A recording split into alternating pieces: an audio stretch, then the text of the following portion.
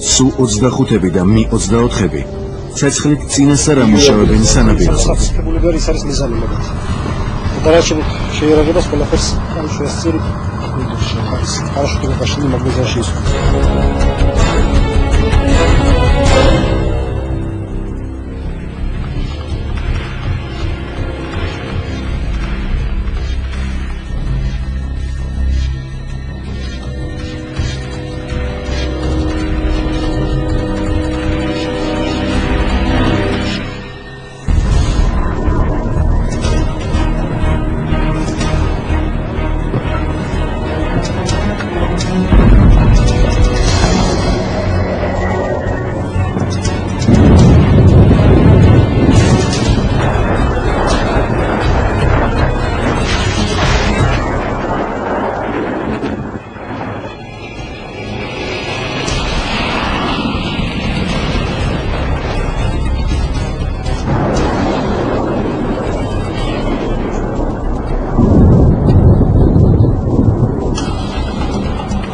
შემოდის პირველი პარა ისურის კიდევ 32-ს ვედუში ესე იგი მარტულარებს და ვედომი გეშატრიცას ლეღნოს კომპლექსში. ბაიო კურსით შემოდის და მიზანიც ნაყენები ისურის ნაპირზე არის და ისურის ორცალ მართვად რაკეტას შტობს.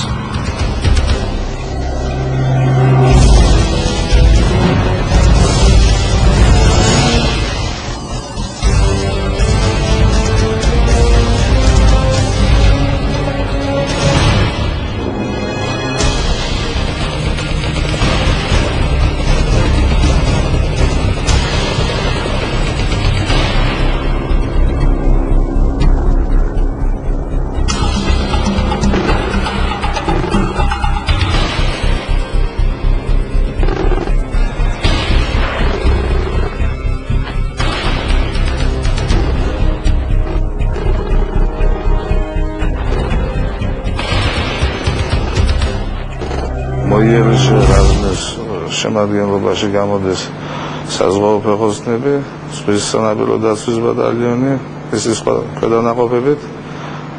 პირველ ტალღაში ისინი გადადიან იერიზე და შემდეგ მას მეყვება სხვა ჯარის სახეობები და გვარებები.